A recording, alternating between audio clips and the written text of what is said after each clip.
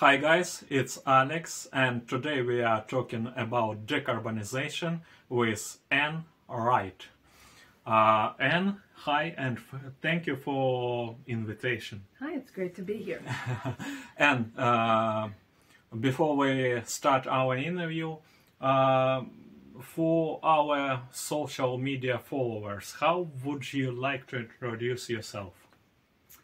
I can just give my name and location. My name is Anne Wright.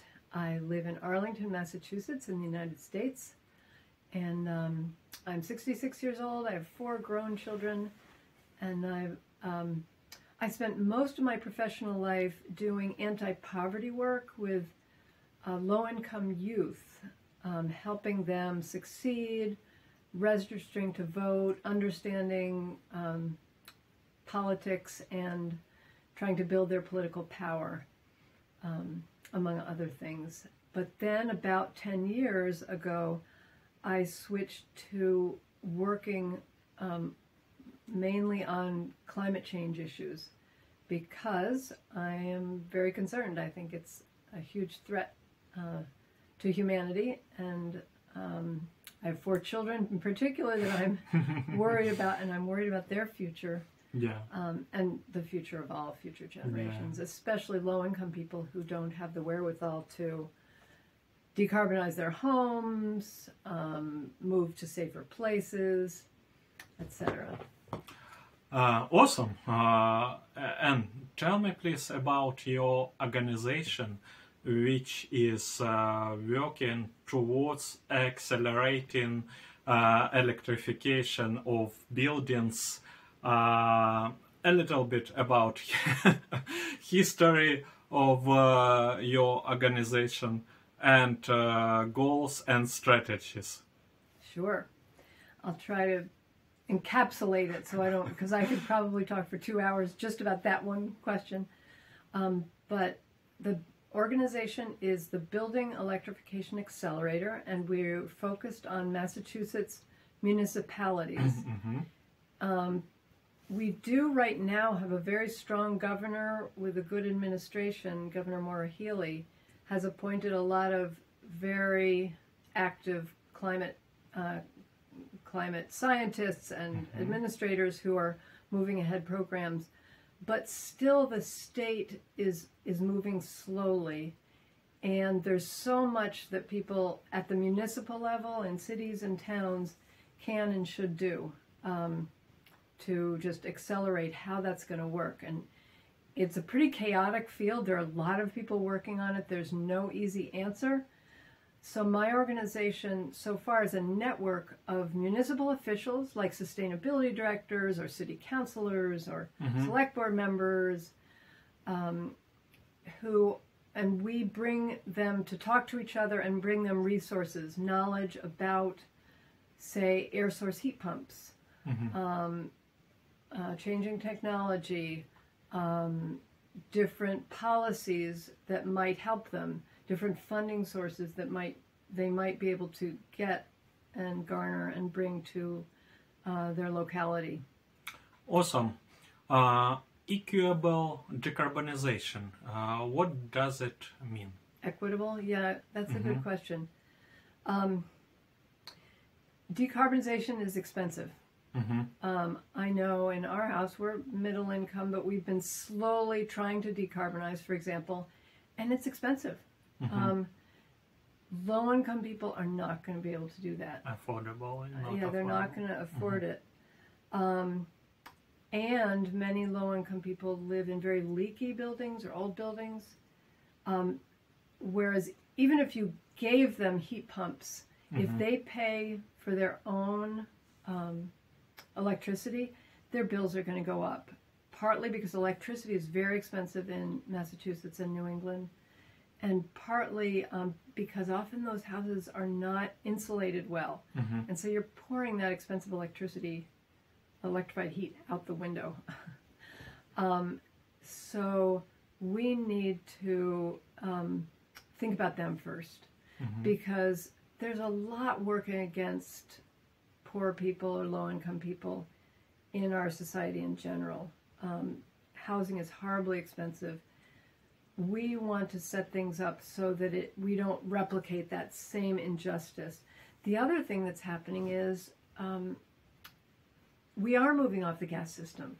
In particular, there was a order by the Department of Public Utilities that's sort of the boss of all our gas utilities and electric utilities here in Massachusetts, saying kind of like, you need to get off of gas, and you can keep your business, but you need to look at electrification. You need to, there are many, many elements of this order by the DPU, but one of them is, if you're bringing in new service, say a new building or a town, or they need more electricity, or they need more heating because they're building a lot of buildings, you can only bring in gas if you absolutely prove that electrification is not viable for that new building or development. So it's really good. And so what's going to happen, and renewables are getting much more cheap these days, which is great.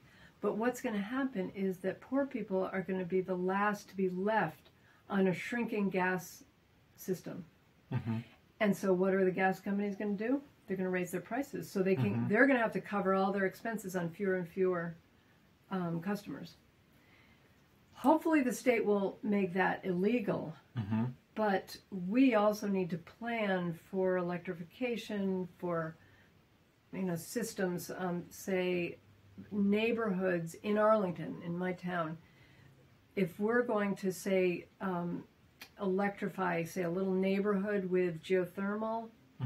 That then comes into the houses in that neighborhood, we need to make sure that that's affordable for those people, and that then the rest of the town doesn't get left on higher and higher gas bills if they are not electrifying yet. So it's confusing. It's hard. There is no easy answer, but we're trying to do it in a way that is equitable in the sense that, I will be able to electrify this house myself, slowly over time. We can't quite afford all of it yet, but we have heat pumps that you can see over there. We don't have an electric stove yet. That's going to cost a lot of money, and we haven't figured out. But so middle or upper middle income people are going to be able to do it. Lower income people cannot. So that's what equitable means. Okay. Tell me please about your organizational allies, partnerships, like-minded persons, and sponsors. Yeah. We're very, very small. I only have one other paid colleague. We're both paid as consultants on money that we raised ourselves. We have 2 small grants. And we both work part-time.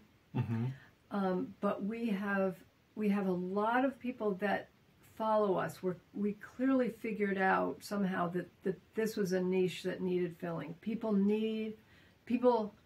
want this.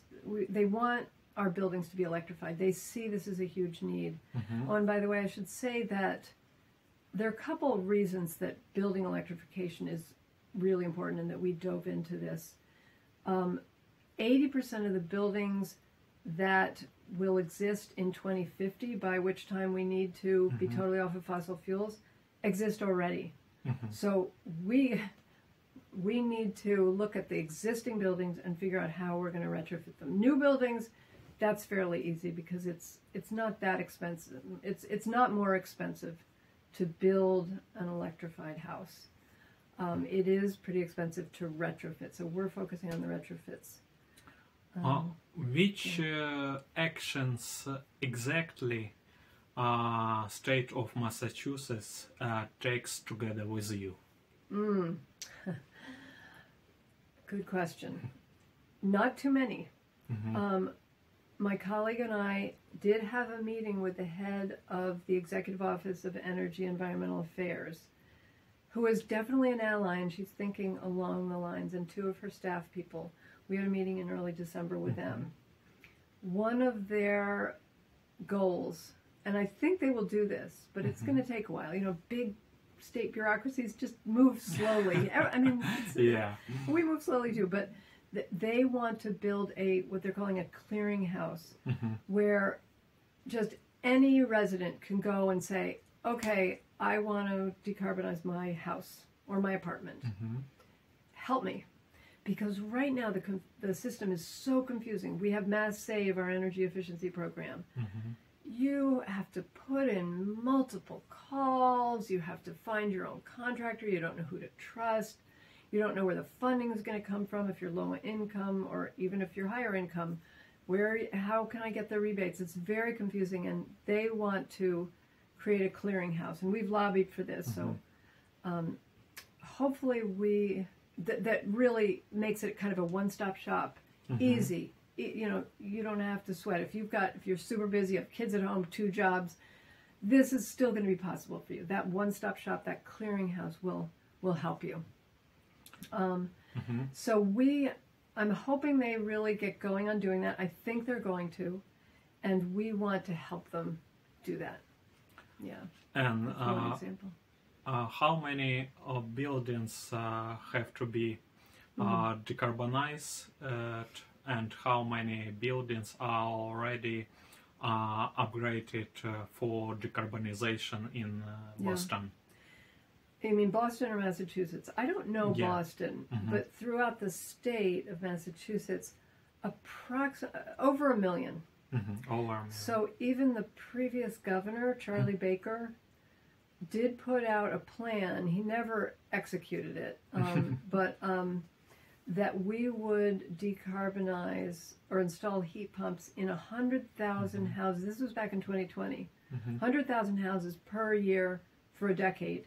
And that would reach the 1 million or so that we need to. And really it's more than 1 million. But the last figure I heard was something approximately like that. In those, 2024 already? Yeah. In those 3+ years, there have been maybe 45,000 decarbonized. So we need to speed up quite a bit. And this isn't just, we hope this would happen. This is legal requirement that emissions in the state are lowered by a certain amount in 2030, which is now 6 years away, and then completely by 2050.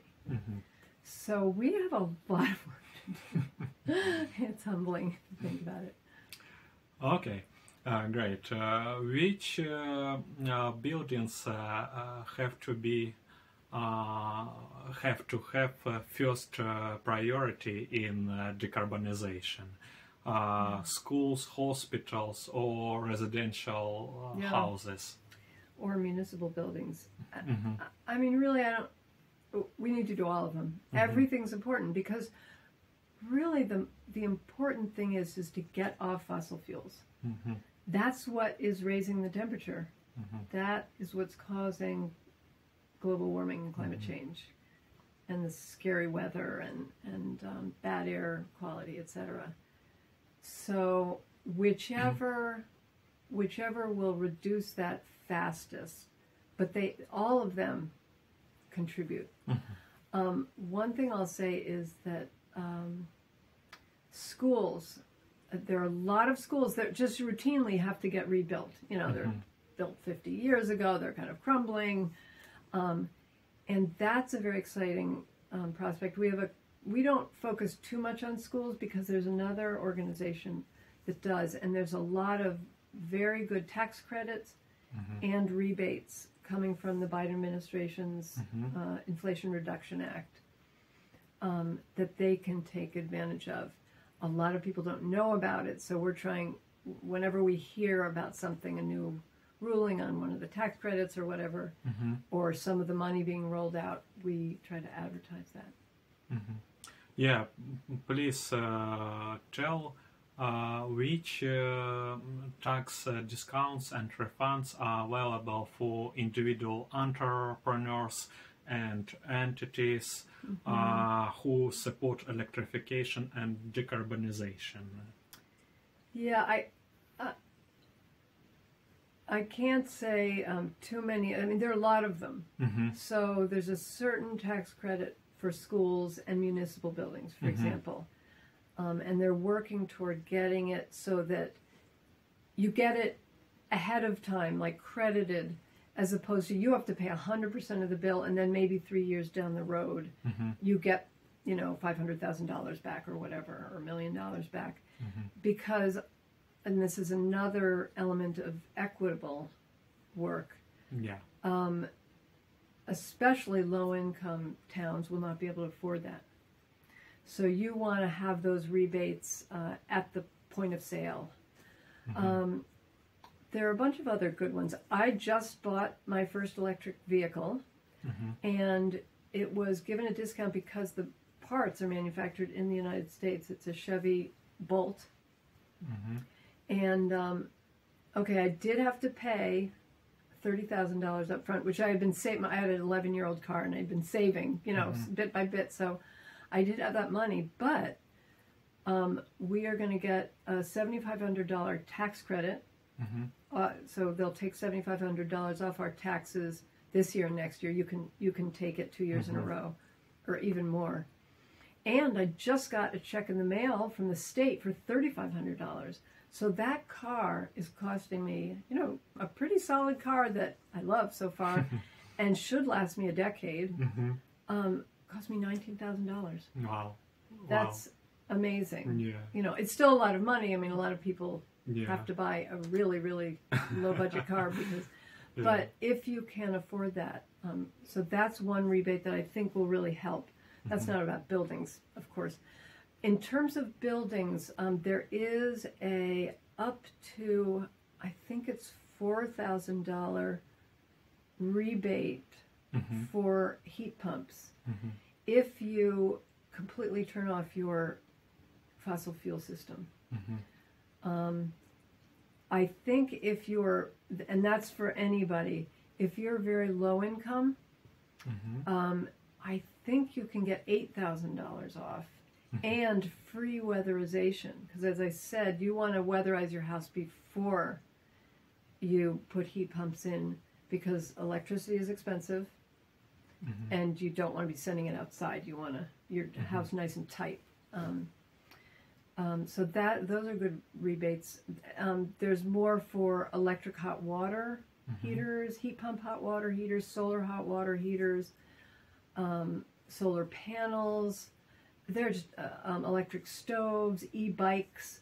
There's a lot from the feds and the state that are coming down, and they are working. I think this year they're going to make it so that some of those rebates are at the point of sale, so that, because I guess there's been a problem.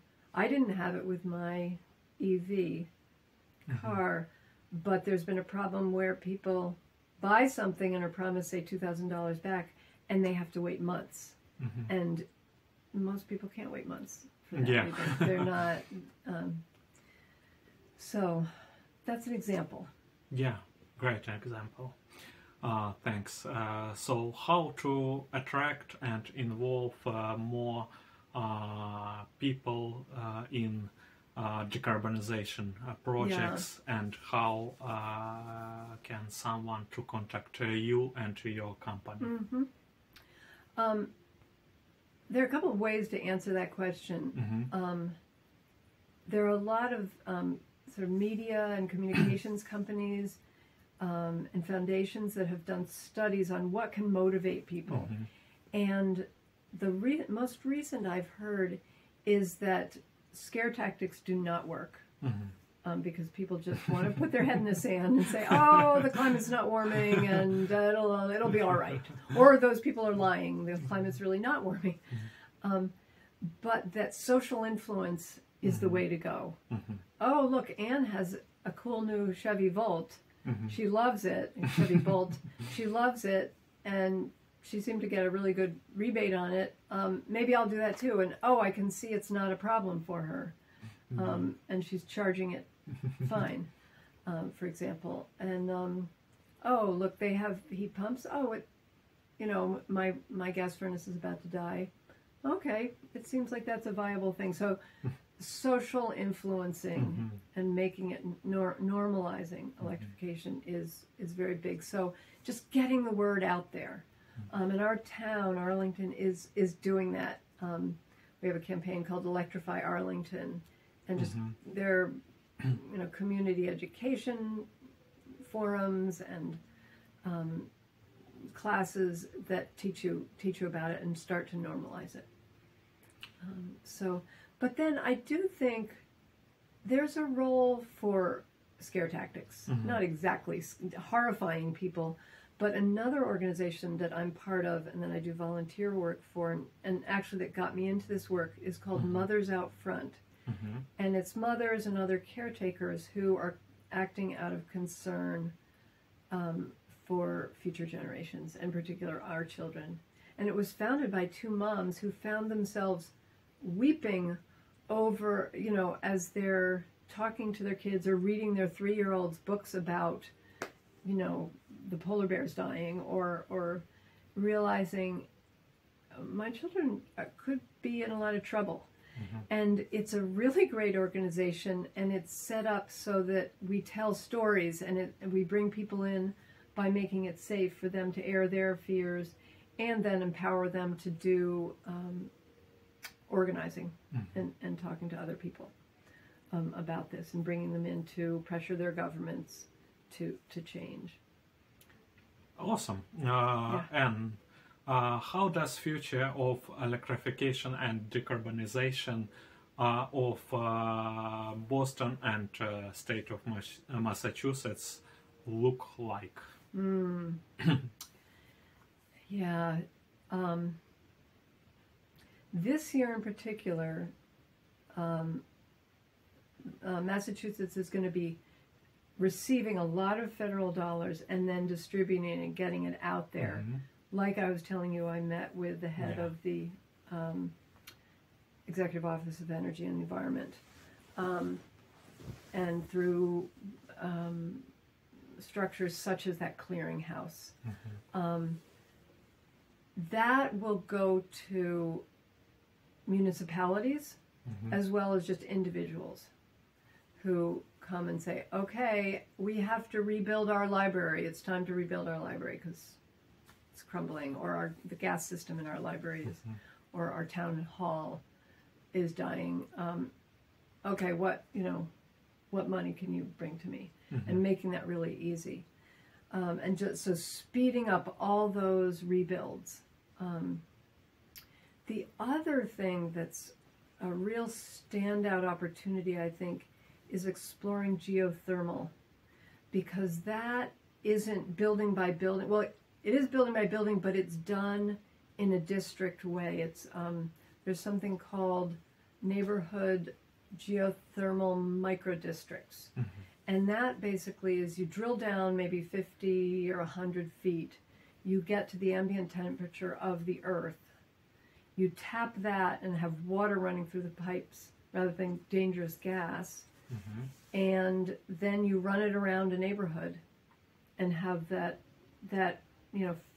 50, 60 degree water come into the houses and then run it through pipes there. And then there's not many more degrees you need to heat that water up to be heated up by a furnace, kind of an electric furnace or a heat pump. So I imagine that will speed things up if we can get that really going. And there's another great organization called Heat Home Energy Efficiency Team that started in Cambridge, and now, like 15 years ago, and now it's really gone nationwide, although they still are in Boston, Cambridge.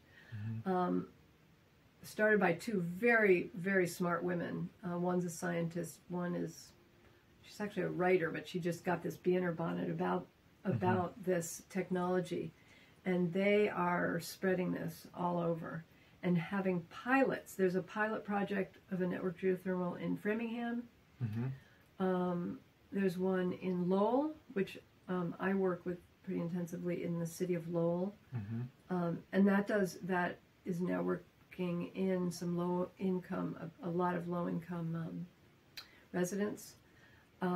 And they are, that this heat organization is going to try to make at least a dozen more micro-districts happen in the next year or two, to sort of proof of concept. Let's show that this can work. You will still be warm. You will still be able to pay your bills. So those are some of the elements that I can see that will speed up electrification. And what's your message to people?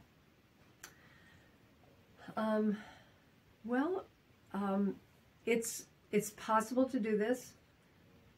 Don't believe any scare tactics or messages by National Grid or Eversource if they say that natural gas, in other words, that's their word for methane gas, must be the bridge fuel and we have to keep building that up. You know, honestly, I've studied this a lot, and they're into it for the profits. And they've got a good game going where they keep replacing the gas pipelines, and they make a huge capital investment profit off that. And really, we can replace those pipes with pipes that bring water, a water-based geothermal system to create our heat or cooling. And so don't believe those gas industry lines, and do what you can. Get involved. If you can't afford electrifying your own house yourself, volunteer with Mothers Out Front or another organization, or look into the electrification process if your city or town has one. And it's very dynamic and exciting. I mean, this is sort of history being made. And there are just so many good people working on it. It's exciting. So take heart and be hopeful that we can avert climate change, the worst of climate change. Awesome, great. And I and Mango wanna say you thank you so much for sharing with us such a useful information and for the great interview. Thank you very much, Alex. I enjoyed talking with you, and I hope your social media followers enjoy this as well. And maybe you can post our website, www.electrifybuildings.org, there, and you can contact me through that. There's a Contact Us button there. Of course, will do. Thank you. Thanks. Never give up, it's such a wonderful life.